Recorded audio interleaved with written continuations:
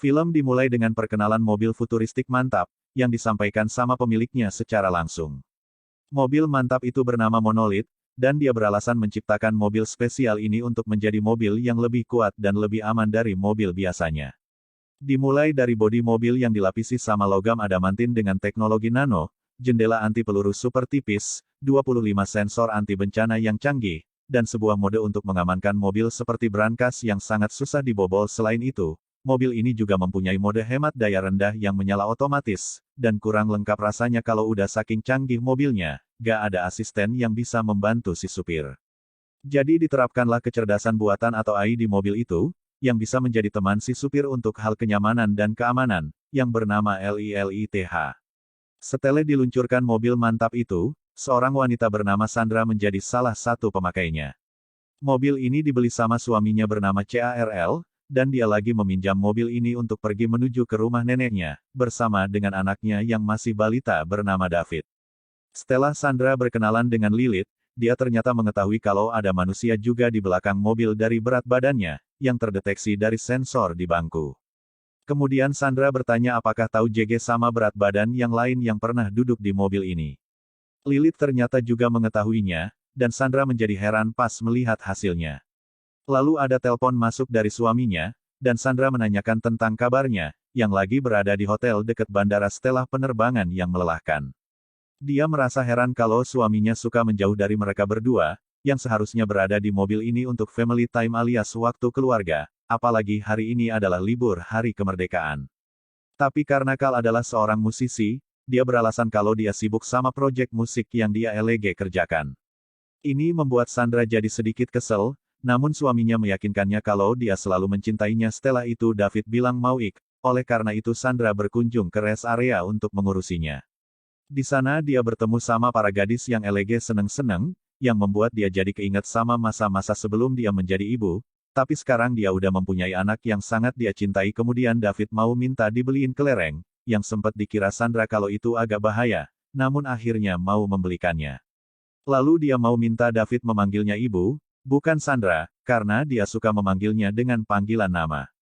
Namun David tetap menjawabnya dengan panggilan namanya. Gak lama setelah itu, dia ada melihat seorang pria mencurigakan yang mau macem-macem sama mobilnya, jadi dia pun membuka aplikasi mobilnya untuk mengunci semua pintunya.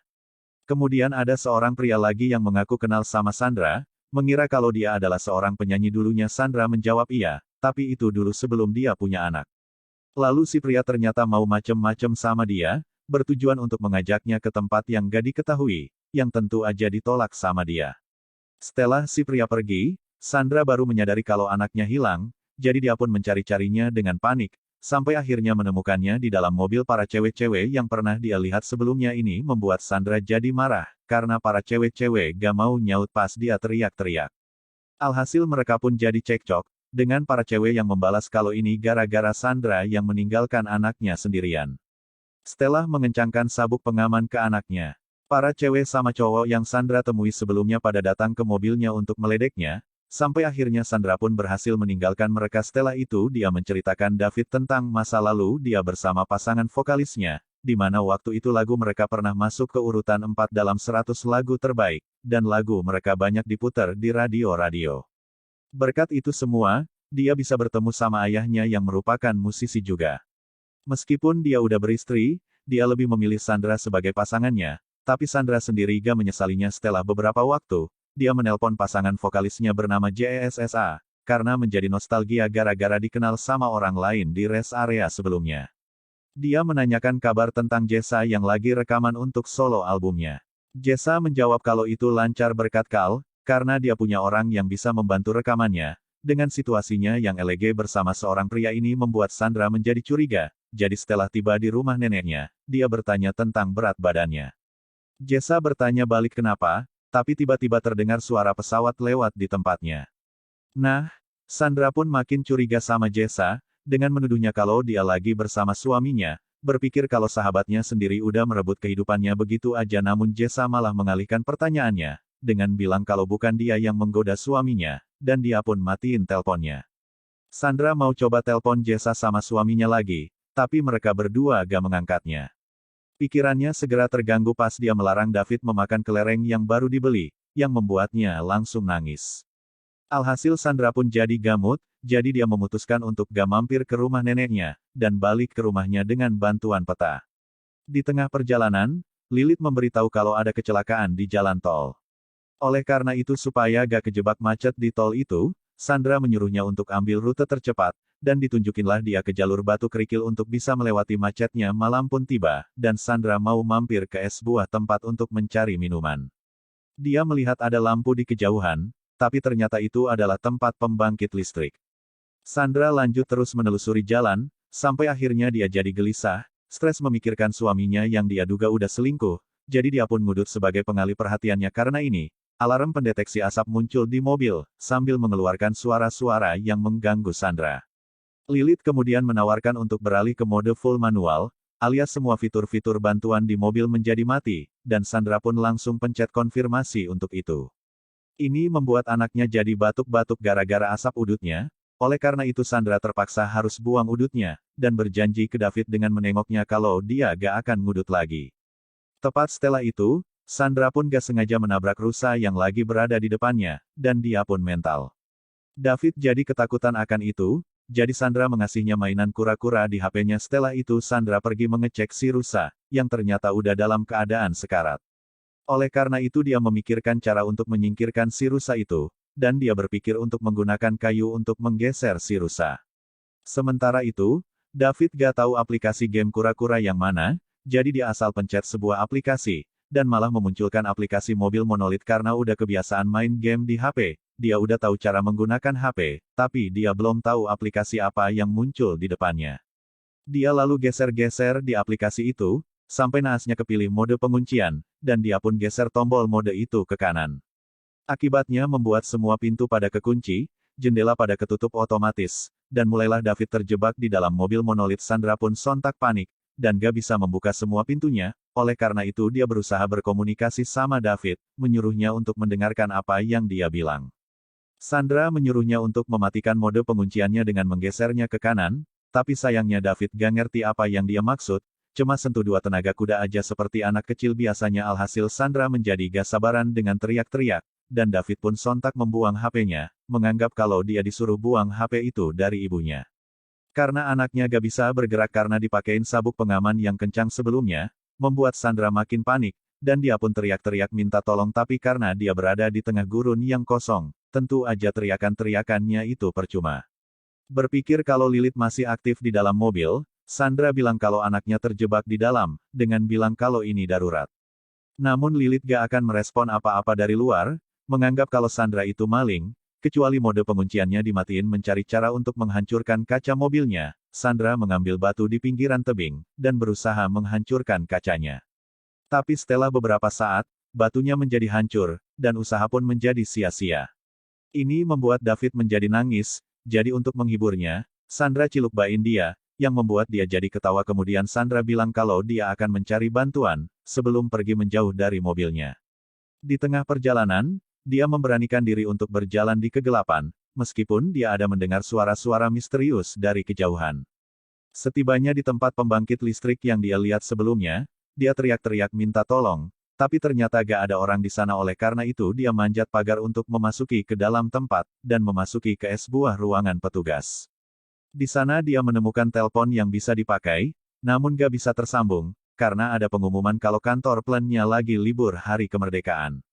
Kemudian Sandra mencari-cari barang yang bisa dipakai, dan menemukan ada senter, serta kunci Inggris yang gede. Setelah itu pas balik, dia ada mendengar suara-suara misterius itu lagi, dan segera kabur balik ke mobil. Dia langsung naik ke atas mobil, sambil berwaspada sama suara-suara misterius itu. Dia terus lihat-lihat di sekitar, dan tiba-tiba ada anjing liar yang naik ke atas, yang menjadi sumber suara-suara misterius itu berasal. Sandra pun berusaha mengusir si anjing, dengan sengaja membunyikan alarm, yang membuat si anjing pergi darinya. Kemudian Sandra berusaha memecahkan kacanya dengan kunci Inggris itu. Tapi tetap, usahanya sia-sia. Iba-iba anaknya mulai batuk, jadi Sandra berusaha menenangkannya, sampai dia sendiri bisa tenang. Setelah melihat anaknya udah tenang karena capek, Sandra memutuskan untuk istirahat dulu, melanjuti usahanya lagi besok. Di sela-sela kesedihannya, dia ada melihat bintang jatuh, tapi ternyata itu cuma pesawat yang lewat aja. Dari pesawat itu dia kepikiran sama sebuah bandara, Kalau di sekitar tempat ini ada sebuah bandara lokal, yang pernah dia lihat di papan jalan sebelum masuk ke jalan berkerikil menjadi senang akan itu, dia mau kabarin ini ke David. Tapi anehnya Davidnya gak ada, dan mengetahui kalau David udah berhasil kabur sendiri dengan pintu yang terbuka, oleh karena itu dia coba mencarinya. Stella teriak-teriak, akhirnya dia menemukannya lagi duduk di ujung jurang, dan tiba-tiba dia terbangun di esok harinya, menandakan kalau itu cuma mimpi aja. Sandra segera memeriksa David, dan dia masih berada di dalam, dengan kondisi wajah yang mulai memerah. Sekarang suhu di daerah itu lagi berada di 32 derajat Celcius, jadi Sandra menyuruh David untuk membuka bajunya, tapi gak bisa karena sabuk pengamannya terlalu kencang, ditambah dia yang makin lemes.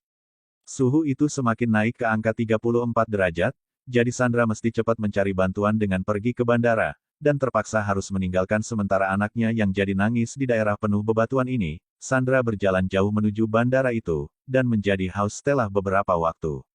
Karena ini, dia berjanji ke diri sendiri kalau dia akan memasukkan anaknya ke pramuka, supaya suatu saat nanti bisa bertahan hidup jika terjebak di tengah gurun kayak gini. Setelah beberapa waktu, akhirnya dia menemukan air itu di sebuah sungai kecil, dan merasa airnya kotor kalau diminum.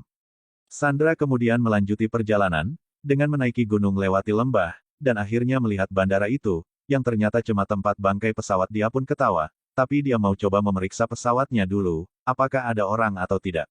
Dia teriak-teriak minta tolong, tapi gak ada orang merespon. Kemudian dia lanjut memeriksa pesawatnya, memasuki ke dalam pesawat, dan mengetahui kalau pesawatnya memang benar-benar udah jadi bangkai. Di tempat penumpang, dia ada menemukan sebuah galon air yang bisa dia gunakan sebagai tempat air. Lalu di tempat bikin kopi, dia ada menemukan botol berisi air yang bisa dia minum, tapi setelah itu dia gak menemukan apa-apa lagi. Kemudian dia ada melihat kayu yang bisa dia gunakan untuk menyalakan api, sebagai tanda SOS untuk meminta tolong. Jadi dinyalakanlah apinya, dengan menambahkan ban-ban pesawat yang udah gak guna, supaya apinya makin besar. Setelah mengambil air di sungai, Sandra kembali ke mobilnya sambil mengangkat galon itu, dan melihat David yang udah makin lemes. Sandra mengetahui kalau David udah sangat kepanasan, jadi dia pun basahin atap mobil dengan air supaya jadi lebih adem. Karena gak ada respon dari anaknya, dia coba bikin Lilith menyadari kalau mobilnya terjadi kebakaran, sehingga pintunya bakal terbuka otomatis. Alarm tanda asap pun terdeteksi. Tapi naasnya itu membuat kipas pendingin mobil yang berjalan otomatis karena kepanasan menjadi mati, dan gak mau membuka pintunya.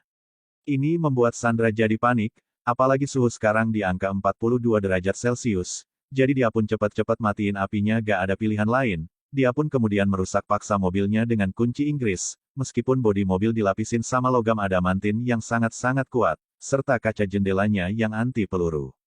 Akhirnya Sandra jadi marah sambil teriak-teriak. Sebelum dia merasa capek setelah melakukan segala upaya. Setelah itu dia bermimpi tentang datang ke tempat ini lagi dengan suaminya. Di mimpi ini, anaknya udah meninggal gara-gara terjebak terlalu lama di dalam mobil, sementara suaminya menyuruhnya untuk pulang. Tapi dia menolak, dan menyalahkan semua ini gara-gara suaminya. Namun suaminya membalas kalau dia gak melakukan apa-apa tentang kejadian ini, lalu menyalahkan balik ke Sandra, dan bilang kalau dia udah merenggut anaknya. Iba-iba Sandra terbangun dari mimpinya, dan melihat David yang udah pingsan, menyadari kalau dia sendiri akan masuk ke neraka. Namun untungnya David kembali sadar, dan Sandra menjadi termotivasi kembali untuk menyelamatkannya. Iba-iba datang si anjing liar itu lagi, dan mulai menyerang Sandra lagi. Setelah beberapa saat menghindar dari si anjing menjadi teralihkan perhatiannya sama si rusa yang udah tewas. Jadi Sandra pun mendorong si rusa ke si anjing, dan membuat mobilnya kembali bergerak. Sandra sontak berusaha menahan mobilnya dari jurang, dan untungnya terhenti sama batu yang kuat. Setelah sempat menjadi terdiam, Sandra melihat jurang itu yang sangat tinggi, membuatnya kepikiran untuk menjatuhkan mobilnya ke jurang, sehingga membuat Lilith menganggap kalau udah terjadi kecelakaan ini juga berkat sebuah kartun yang dia lihat sebelumnya di rest area, di mana si serigala menjatuhkan sebuah brankas dari tebing, dan brankas itu jadi rusak, sehingga si serigala berhasil mendapatkan berlian mantap di dalamnya. Mulailah Sandra merusak batu itu, tapi ternyata batunya terlalu keras, jadi dia harus mengambil kunci Inggris dari dekat si anjing yang elege makan-makanin si rusa. Dia dengan berani mendekatinya, yang membuat si anjing jadi gonggong-gonggong, dan Sandra pun teriak-teriak ke si anjing. Ini membuat si anjing jadi diam, dan akhirnya menjauh dari Sandra.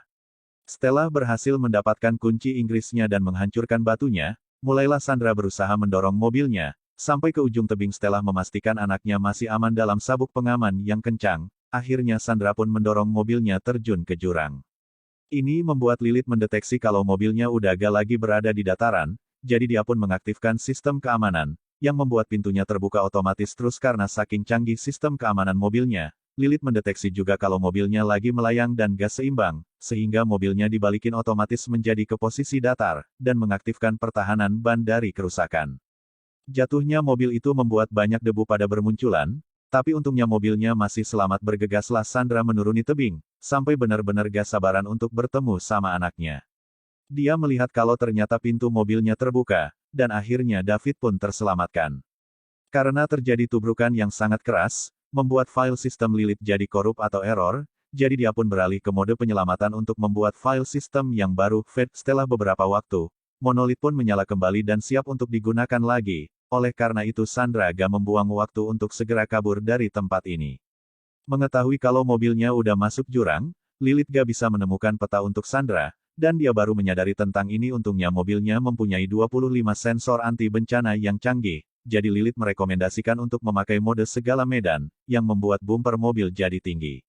Sandra gak pakai lama untuk langsung pencet konfirmasi, sehingga mobil pun bisa melaju kencang di jalan berkerikil yang curam, dan akhirnya mereka pun terbebas dari jurang. Setelah beberapa waktu, mereka berdua masuk ke rumah sakit, di mana Sandra menjadi cemas sama kondisi anaknya yang lagi pingsan. Sandra pun berharap-harap anaknya bisa kembali sadar, dan akhirnya dia sadar juga. Film diakhiri dengan Sandra yang bahagia, dan anaknya pun akhirnya memanggilnya dengan panggilan, Ibu.